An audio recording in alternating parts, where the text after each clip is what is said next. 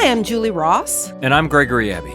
And you're listening to the Parenting Horizons podcast. Julie is a longtime parent educator and counselor. And Greg is an actor, writer, and director, and more importantly, a parent just like you. Through conversations covering a range of different topics, challenges, and roadblocks, we hope to give you a few of Julie's tools that might just help make parenting a little bit easier. Look, nobody's perfect, and parenting is challenging, to say the least. With a few skills under our belts, though, we might just be able to be good enough parents and enjoy the journey and our children a little bit more in the process. So welcome. We are back and talking about, how are you feeling, by the way? You ready? I'm ready. I'm good. Yes. Okay, cool. Today we're going to talk about sibling rivalry, Mm-hmm. sibling conflicts, Mm-hmm. how we deal in those situations. Mm-hmm. I will share, I have an older sister. She's 3.5 years older than me. And like my mom's one joke forever was when Greg was 10 and Gretchen was 14, I told them if they didn't have anything nice to say to each other, then they shouldn't say anything at all. And they didn't speak for 4 years. It wasn't quite that bad.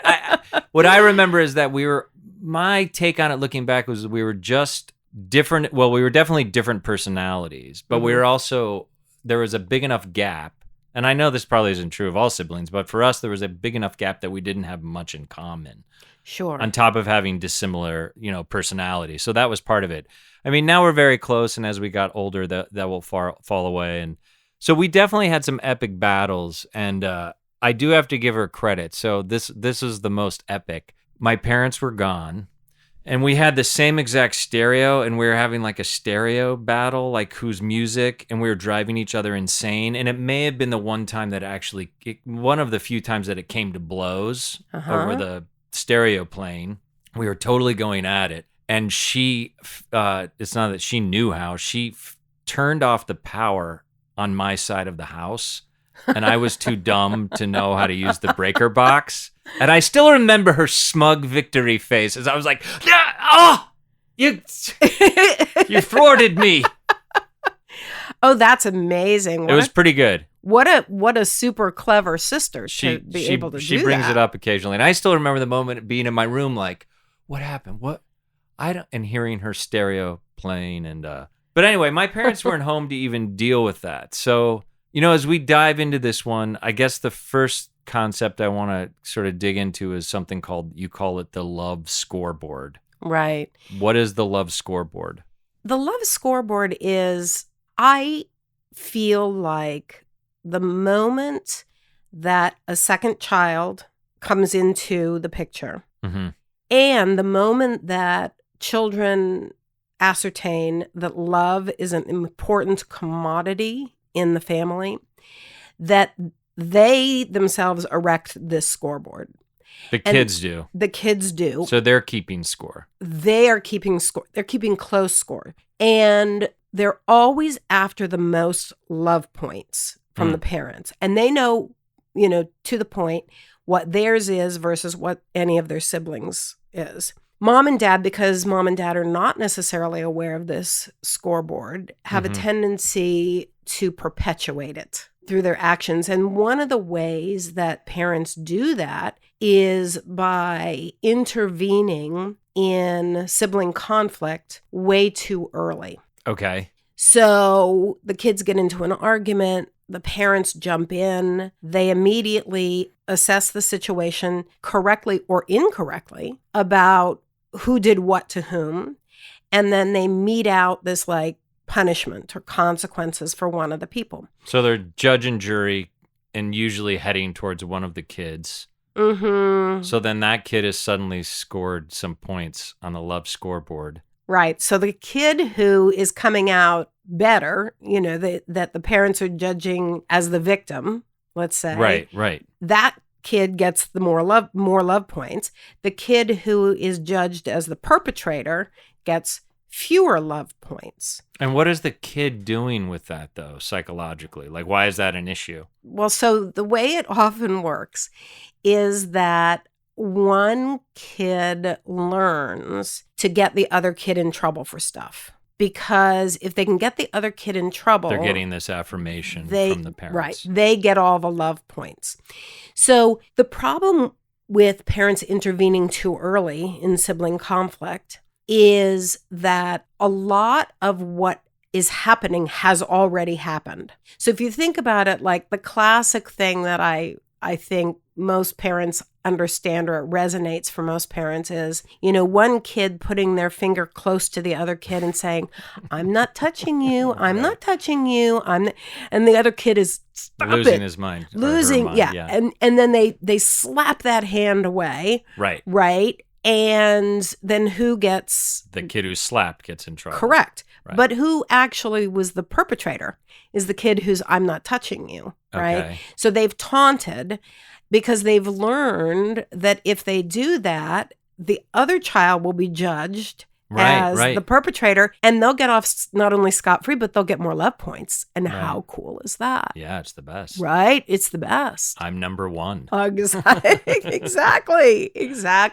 So the love scoreboard plays a big role in sibling rivalry. It's mostly about the attention of the parents. Sure. I remember a story that was told to me by a mother whose sons were very, very rivalrous with one another. Mm-hmm. They were teenagers, mid-teens, I would say. And they had an older sister who was abroad studying, or maybe, I don't know if she was in college. But her two sons were they were close in age. They were like 18 months apart. And they were just awful to each other, and it was constant chaos in their house. They would do things like take each other's clothes without asking and wear the clothes because they were similar sizes. So anyway, the daughter who was overseas said, send them over. I'd love to see them, and we can have a vacation here. And Mom was like, good riddance. So happy to let them go. And probably good luck, handling them. Exactly. And Mom is imagining them on the plane for all those hours. And then, how are they going to behave with the sister and all of that? But she washed her hands of it, figuring she'd get a little vacation herself. Sure. So she sent them off, and there was not one fight between the two kids. Not one fight. The sister reported back and said they're fine. They're going out and doing touristy things together. They're getting along. We're making dinners together. Totally, absolutely 100% fine. And here's the real key. They were fine. They came back, they got in the car, and the moment Mom and Dad were present again, it started right up. So you're connecting that to whatever negative or positive attention they're getting from the parents, obviously. Sure. It's kind of almost a performance for the parents, because that's the way they get the love points. So if a parent comes to you, like in the group, because you must hear about this all the time, right? In groups or individual counseling? All the time. Like, oh my gosh, my kids are battling, they're fighting all the time. What do I do? Yeah. Do you start usually with the concept of the love scoreboard? I usually do. Just so you understand philosophically, like, this is what's potentially going on. And you may be making some mistakes in how you approach these conflicts based around this idea. Right, exactly. And, I tell parents it's their job to lower that scoreboard. It's the parents' job to be aware of it and to not play into it. So the way that they need to do that, first of all, is by practicing late intervention. Yeah, and you mentioned in the book the point that there's a problem that parents jump in too early. Mm-hmm. And one of the reasons they do jump in too early is they have an idea around how they think their kids should behave with each other. And so they're going to jump in and fix it right away. Mm-hmm. And you're saying that's problematic for a few different reasons. Right. Well, because it erects the love scoreboard, and it sets up this cycle of perpetrator and victim that just gets renewed and refreshed over and over and over again. And look, I get it. I mean, I have 2 children myself. And so I'm familiar with the concept of sibling rivalry on an intimate basis. But the problem is the issue is, and I get it. The chaos is almost too much to bear. Sure. When they're screaming at each other. Right. And, the younger they are, the more likely it is to be physical. Sure. So I get that I've got to get in here and fix this because it's going to drive me insane, right? Mm-hmm. But again, the problem is when we jump in too quickly, we have missed a major part of what's going on. We're not there. We're not present for the whole thing. So when I talk about late intervention, I'm really talking about kind of what you practice at a street before you cross a street. Mm-hmm. Stop, look, and listen. Make sure that there's nothing going on before you approach. You mean the idea is, it sounds like what happens often is that parents are jumping to an end result and dealing out the punishment quickly, making a decision. Like you said, it's almost like they're the judge making a snap decision with no knowledge of what's come before it, no understanding of the nuances or the circumstances of what's led to that moment, which we've all done, and sometimes can be really tricky, especially when you're emotionally charged or annoyed or irritated. You jump in there, who did it? You make a snap decision, you punish that kid. But then you said, obviously, even in just the way I described it, I can see how that love scoreboard works. And the one kid that got in trouble slinks away, down points, probably feeling bad about themselves. I mean, I've heard it among my own 3 kids because I don't always do it perfectly. I can hear my little one saying, "You always are on their side. Right. You're always on their side." Exactly. "No, I'm not." And me yelling back. So that's good that we're doing that. So that's the main problem. It sounds like that's the main problem, right? Is that parents jump to a conclusion too quickly. Right. And I want parents to wait, to pause, to stop, to look, to listen, to try to be sure of what's going on before they intervene. And there's really only 2 reasons that you should intervene as a parent. One is if one of the children is asking for help. So one of the big mistakes, I would say, that my stepfather did was his go-to line was fight your own battles. Okay. And the problem is that during a conflict, right, I'm asking for help, right? I'm saying, "Dad, this sister or that sister or the other sister is doing X, Y, and Z." And he just washed his hand of it. Fight your own battles. That's not what I'm asking parents to do. Because if someone's asking for help, what they're asking for is support in figuring out how to resolve that conflict. Kids don't necessarily know how to resolve relationship conflicts. They probably don't have a good model. Adults don't know how to do this either. Sure. So I'm not saying wash your hands of it. If a kid asks for help, you want to help. We should go through the 4 ways, because now I'm a little confused, because you also talk about, and I want to get into this, that you talk about allowing kids to resolve it kind of on their own. So but it's different. Your father's saying, "Fight your own battles, I'm out." I guess your point is, how can you be there to support them figure it out? That's the difference, right? I guess you want to be there as a parent to support them. So let's go through the 4 ways you might do this. Sure, but let me just also say another time that parents should intervene. Mm-hmm. So one time is if the child or one of the children is asking for help. That ensures that you're going to intervene a lot. And the other is if somebody's being hurt. And I'm really talking about physical hurt, although we could be talking about emotional hurt over time. The problem is that a lot of parents view tears as that child's being emotionally hurt, and then they intervene when they may not need to. And I speak from personal experience. I was so good at crocodile tears as a child.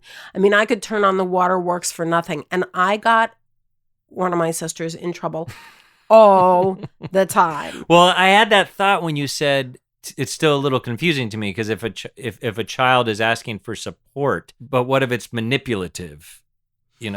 Well, which exactly. It sounds like, because it sounds like you were asking for support, but that you were being manipulative about it. Yes, or I wasn't really asking for help. I was crying, and my mother determined that I was being hurt by my sister because look at all the tears. Right. And, I mean, I was horrible. I'm just going to admit that outright. Again, I could turn on the crocodile tears. So I speak from experience. So, and the thing is, there's 2 ways to jump into this, right? To intervene, if you will. Okay. which kind of even the playing field, no matter if a child's asking for help or if they're crying with crocodile tears or if they're physically being hurt. That is the time that a parent needs to intervene with discipline. Yeah. Right? Because I don't care what the other kid did to you first. We do not touch other people's bodies in an aggressive way. We just don't do that, right? So that's the one time that I don't pay attention to the love scoreboard. I say, go in, discipline. It's not okay. Right.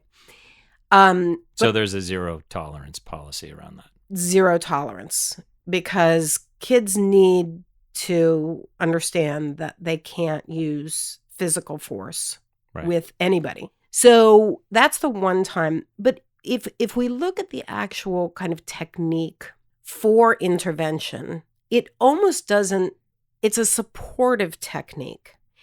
And then it almost doesn't matter when you intervene or if a child's asked for help or not, because you're supporting them in figuring out a resolution to their own conflict. So it doesn't really matter how you get in there. So even if it's you coming with crocodile tears or, they literally ask for support or whatever it is, the idea is how do you handle it once you're engaged, I guess, with the conflict. Right? Absolutely. So a good rule of thumb is late intervention. But if you're going to intervene whenever, you want to use a conflict resolution technique. Tell me again why the late intervention is important. Because it allows you to take a step back. It's like pressing the pause button. So we've talked in other episodes about Zippy the Lippy. Right. So it allows you to think and assess and kind of analyze what's going on and not just react to it. So that means if you're actually hearing the conflict building in the other room, as opposed to jumping right in there, is getting a sense of actually what's going on before you rush in and, give out the punishment. Is that what you mean? Absolutely. I mean, I remember when my daughter was younger and she had a playmate over and they were playing in the other room.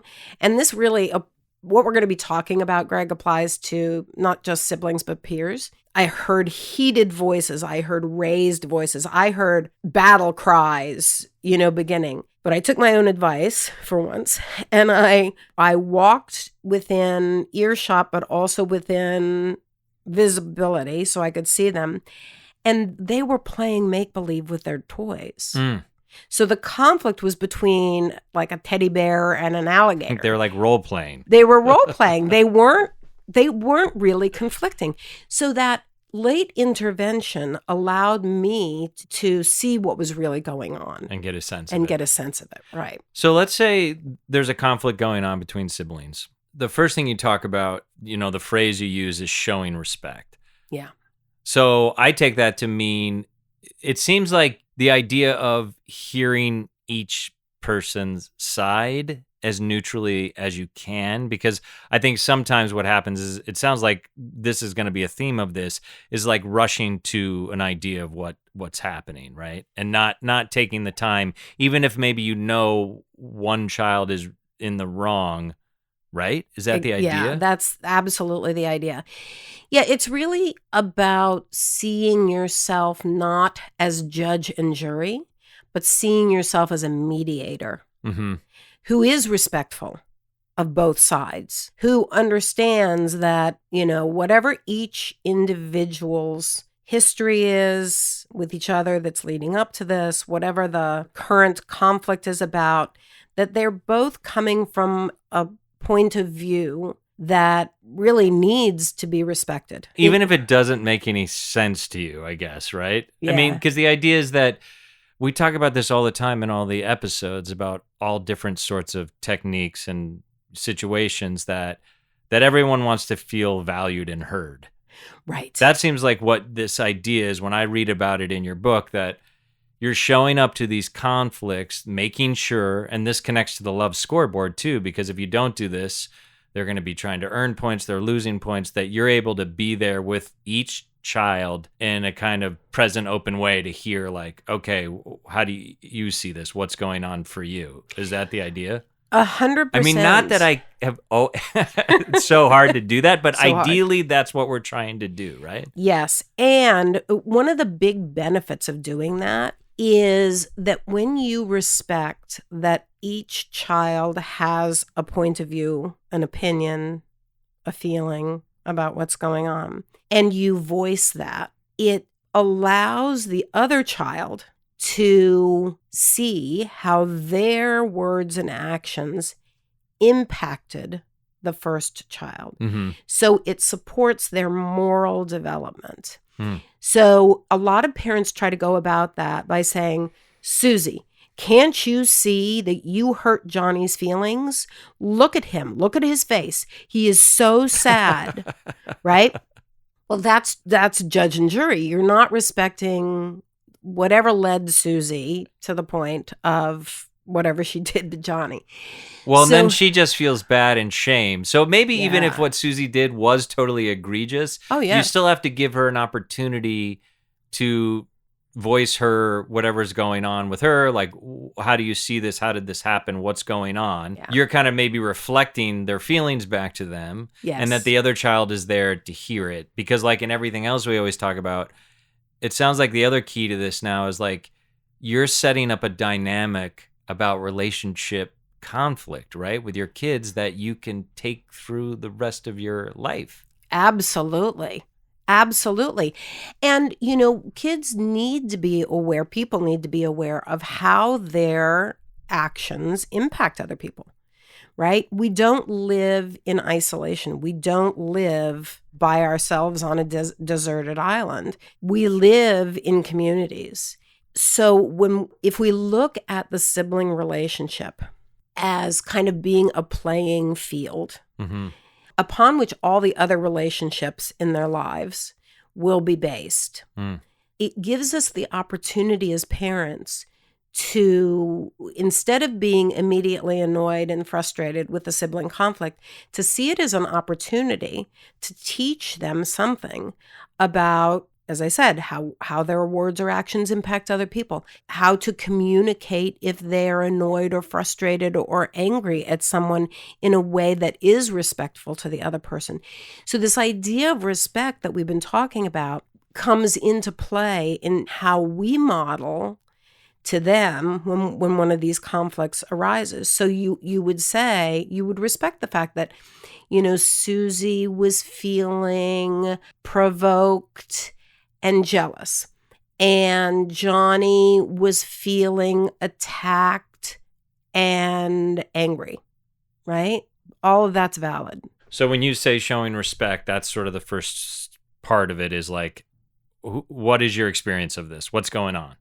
Right, exactly. And that they both feel valued equally, that they both feel heard, right? So then you're a neutral love scoreboard. Yes. Right? Exactly. Okay. Exactly. And then the next thing you have is giving support, and you talk about something called cooperative communication. So what do you mean when you say that, giving support?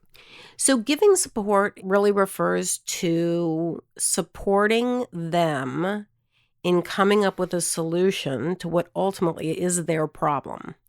So I think we talked in a previous episode. Yeah, whose problem is it? Yeah, exactly. And in the case of siblings, I mean, the parent often has a secondary problem, which is that there's chaos and the parent's trying to get something done and not have to deal with this. But the primary problem lies between the two kids. What is that concept again? Can we just go over that again when you talk about whose problem is not getting caught up? I mean, it's a little different in this situation because you're the parent, but allowing them, it's their problem, it's their conflict. It's not that you won't be there to support, but it's not for you to step in and fix. And why is that important when you talk about the concept of whose problem is it? Well, we want to, basically, in terms of whose problem is it, we want to let problems that come up stay between the people the problem has come up. Sure. Between.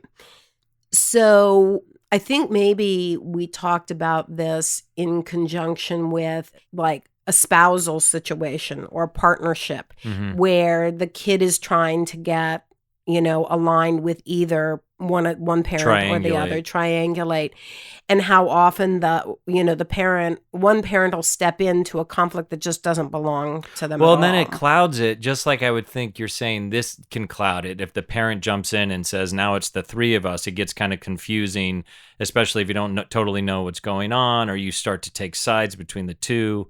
Right. So that's really the key, right? Is that you are there to give support, but not interject yourself in the conflict to be like, now I'm a third person also deciding what happens. Right, exactly. And the idea is not that, like my stepfather did, to wash your hands of it. Be totally out of it. Yeah, and the problem doesn't belong to you, so not my problem. The idea is in intervening, going ahead and stepping into it, but how we step into it changes. That's the key, right? Yeah. Just because it's not your problem as the parent doesn't mean you don't have a role. Our role as parents, when a problem occurs between two siblings or between a parent and a child or between two adults, our role is to support them in coming up with a solution. And that's what this kind of cooperative communication refers to, is that, like a mediator, you hear both sides, mm-hmm. and then you ask questions, open-ended questions that can spark ideas. And it goes back to this idea of, we've mentioned Brenda Euland in a previous episode as well. And she says that when we listen to someone, that's the time when ideas begin to come to life and to grow and to expand and ultimately to flower. So when you're listening to the siblings and really listening and being present and not judging, you're creating that space. Mm-hmm. And then it allows you to ask these open-ended questions or these leading kind of questions where you say, but not leading in terms of having a specific designation or destination in mind, but saying, for example, listen, I hear that you're jealous and you felt provoked, and I hear that you're feeling hurt and frustrated. I'm wondering if you two can figure out a way to work this out. Right. And that question, can you think of a way to work this out, is in all likelihood going to be met with the answer of no. So yeah, if she leaves the house forever, it'll be fine. Exactly. Send them back where they belong. Well, I think what you say in the book, though, is that even if they can't necessarily do it in the moment, you're introducing the idea of it, right? That they can at least begin thinking about the concept of like, hey, do you have an idea? If she feels this way and you feel that way, do you have an idea of how you might be able to resolve this? Yeah. And it plants the seed, a couple of seeds. One is the seed of confidence. So I, as a parent, have confidence that you two can work this out, because you wouldn't be saying, can you think of something, if you didn't believe they could. And the other seed that it plants is that there is a way to work it out, right? So that they're not stuck against a brick wall, feeling like there is no solution. Ultimately, conflict is resolved by each person coming a little bit closer to the middle, so that they're not diametrically opposed anymore. And so that question, can you two think of a way that you might be able to work this out, plants that as a seed. Mm-hmm. And, parents will say to me, well, that doesn't work, because I asked them that question and they said no, and then they stalked off to their own rooms. So I have two comments to that. First of all, stalking off to your own room is a solution. Yeah. Right? So Sure. here, they're mad, and but they came up with a solution, right? To that particular conflict. But also, asking that question really is very similar to planting seeds, actual seeds that grow actual plants in nature.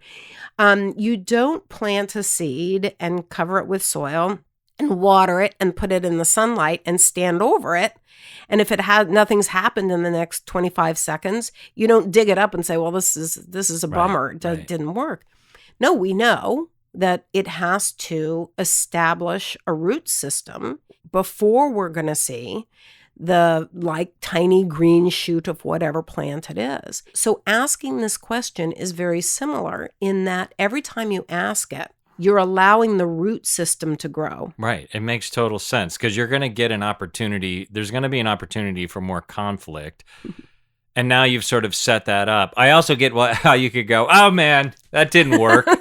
I told him, Julie, I was like, can you come up with it? And he gave her the middle finger and left. So this is... Exactly. And you can get discouraged, but I get it. I get it as you're talking about it. It's like, hey, you've put it out there.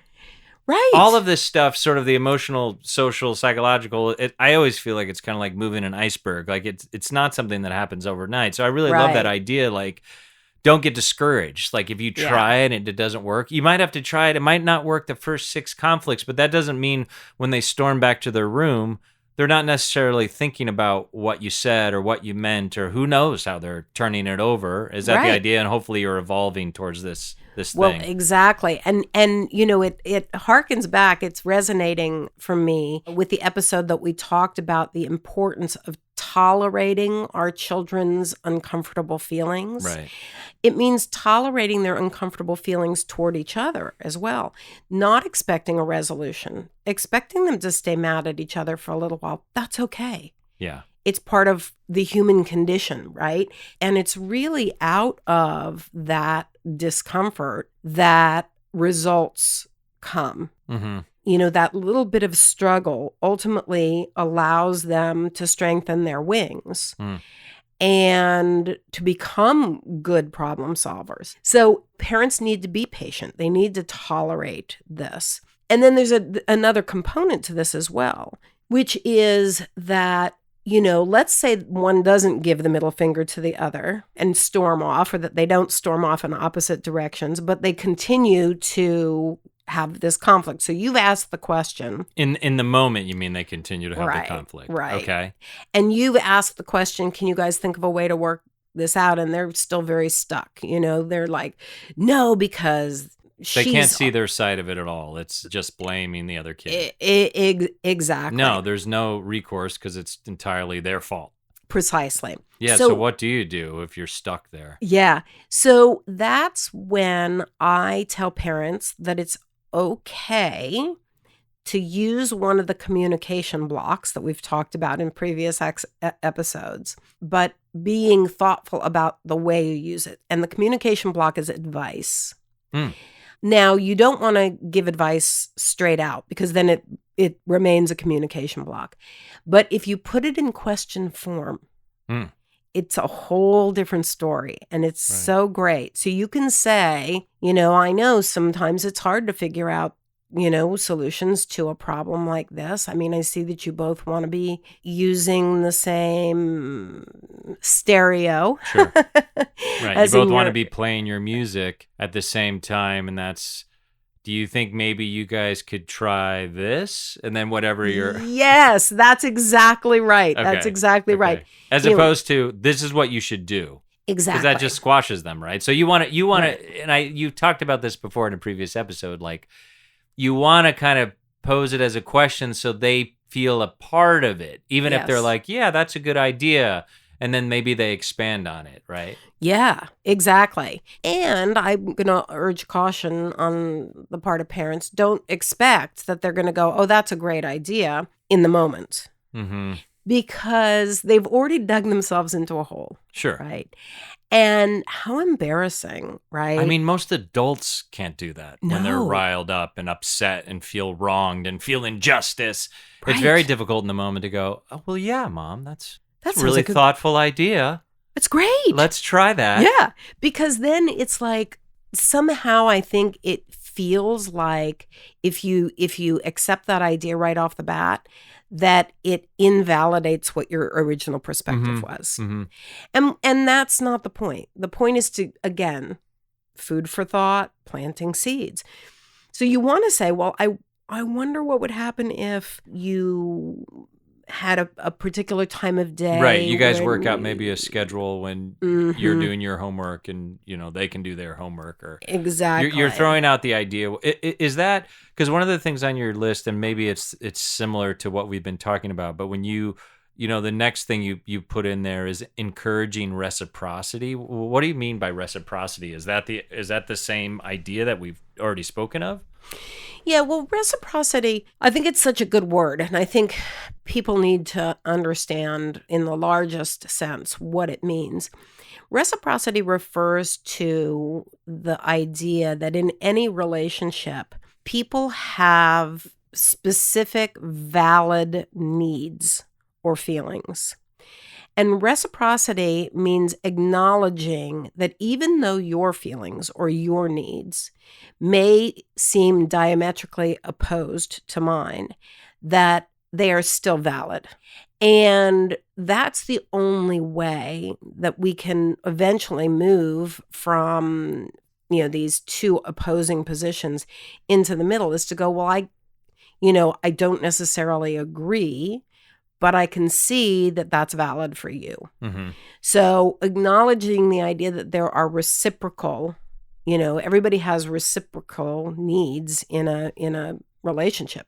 Right. So that's another great life value, relationship value to sort of teach. That's what you're trying to say. Everyone's needs are important. Her point of view, their point of view is as important as yours. How do we work this out? So everyone, right, feels valued and heard. It just is sort of the thing you keep going back to, Right, exactly. So that we can collaborate with one another and be in a relationship with one another. And that's why I say, that idea of reciprocity in the larger sense is something that we really need to take in and get on a fundamental level. And then we're able to look at it in terms of sibling rivalry. We're able to look at it in terms of conflict between ourselves and our partner, ourselves and our boss. Yeah, at school with teachers or a teammate or whatever it is. Exactly. It's applicable across the board. Yeah, the last thing you sort of list is supporting collaboration, which is what we've already been kind of talking about that. And that the idea is that you're then helping your kids to come up with a solution themselves about how to resolve the conflict. Is that the idea? Right, exactly. And that supporting collaboration starts with kind of that larger question of, can you guys think of a way to work it out? And then proceeds to, what do you think would happen if, or I wonder what would happen if, and us offering our advice in these question forms. Because what happens when we do it in question form is when they embrace it, and often they will, but not in that moment, but it'll percolate a little bit, they will come back and say, oh, I think this is a good idea. And it becomes theirs. Because we didn't say, well, what you should do is X, Y, or Z. And then it's our idea. And there's no way to frame it differently. Sure. Right? But if we say, well, what do you think would happen if you did? And they go, no, that would never work. Right? And then they come back around and go, I thought of something. Here's what would work. And it can be exactly what you said 20 minutes before, 2 days before. It gives them ownership over that solution. Right. And the more ownership they have over the different solutions, the more it fills up their bank, let's say, where they can, it becomes an internal resource. Sure. That they can then pull out for other situations. Well, the other thing you mentioned that I think I really like this part too, that I think is key, is that if you are giving them the opportunity to figure it out on their own, start to do that without your help, you don't lose your time and your own feelings. Like you give the example of you just made a cup of tea and you're going to read your book and you have a half an hour and you really want to do this. And suddenly they're battling it out. And now you have to get up and get engaged. And then, it's protecting yourself, right? As a parent to say that's a part-time job to be navigating that conflict all the time. Right. Exactly. So what you want to do is you do want to engage with them in ways that help them develop those internal resources. The more that you intervene by fixing it, the more you will have to intervene. The more you intervene by supporting them in coming up with a solution, the less you'll have to intervene, because they will generalize previous solutions to new solutions, right? For whatever the current problem is. And, I also tell parents that a key component here at the end of this process, where you have intervened in this more collaborative way, is to disengage from it. Because what do you mean? So, I mean, parents say, well, God, then I'll just be stuck in that problem-solving mode for the next 2.5 hours. And I don't have 2.5 hours to spend working through their feelings and their problem and supporting them. I don't want parents to spend 2.5 hours. I want parents to go in with these techniques and create a couple of worthwhile potential solutions in question form, and then to disengage with empathy and encouragement and say, guys, I'm not sure what the answer is either, but you know what? I know you can figure this out. And I'm going to go back to my tea and my newspaper. And I'll keep mulling it over too. Sure. But this is something you guys can do. And by that time, if you've kind of done it the way we've been talking about, their emotions won't be riding so high. Mm-hmm. So they won't be at the level of intensity that they may have been initially. And what I have found is that, look, I think most people like solutions. Most people like things tied up with a neat little bow at the end. Nobody really likes it's uncomfortable. Living in that. Yeah, it's muck. uncomfortable to not know what's next, or to have things unresolved. And kids are no different. So what I typically find is when a parent disengages, that's when the kids will go, okay, well, you can have... Right, because they might be exhausted by it too. Well, and also if they're getting attention from the parent around it, and the parent is like, I'm out. Right. I was invested for a while, but I'm not spending 3 hours doing this. Yes. You're saying that the children might be like, I'm out too, because this is exhausting. Generally, like a lot of kids probably feel the same way. Like I need a break from this. Oh, yeah. And what's funny, Greg, is that, I can't tell you the countless times that I've had parents say that, after having used this particular technique for a while, that a conflict will arise between their siblings, and they'll walk in and they'll say, it seems like you guys are having a problem. I see that you're feeling such and such, and you're feeling such and such. And the kids are like, ugh. And they give it up right then. Right. Because they don't, right. They're like, oh, here we go again. Right. I know mom or dad is not I can't talk about my feelings anymore. Yeah. And mom or dad is not going to come up with a solution. So fine. We just won't, we won't engage. So I think we're going to do another episode, because there's other specific techniques we can go into, but we've covered a lot of ground. Mm-hmm. If there were a couple of things you would say to parents to keep in mind when this situation arises, that there's a conflict, it seems to me that enter late. Yes. So we want to avoid early intervention. Exactly. Mm-hmm. Listen with heart and be curious. So ideally what we're doing is we're showing up and we're making sure that they both feel valued. Maybe even in your mind, one kid is way off, but you're not going to get anywhere by saying, you're wrong, you're right, you win, go to your room, you go to your room, I'm sorry that happened to you. Right, exactly. You're not going to gain, right? You're not going to gain. Is there any other particular things to keep in mind? You said to really think about it before you get into it, right? Right. Listen with heart, be curious, avoid that love scoreboard. Help them, I guess. Help them to the key sounds like, as opposed to telling them how to do it, to be there as a support to help them figure it out. Exactly. And the love scoreboard does come back into it. Be aware that is a real thing. That love scoreboard, when it's up, you're fighting a losing battle. Your job is to take it down. And that does mean respecting both children's feelings in a conflict as being valid, and not trying to fix it, but really trying to support them in fixing it themselves. Thanks for listening to the Parenting Horizons podcast. If you enjoyed today's episode, please share with your family and friends. And if you'd like to hear more about Julie's work, join one of her parenting groups, or see about individual counseling, please visit parentinghorizons.com. Or you can email Julie at julie.ross@parentinghorizons.com. See you next time.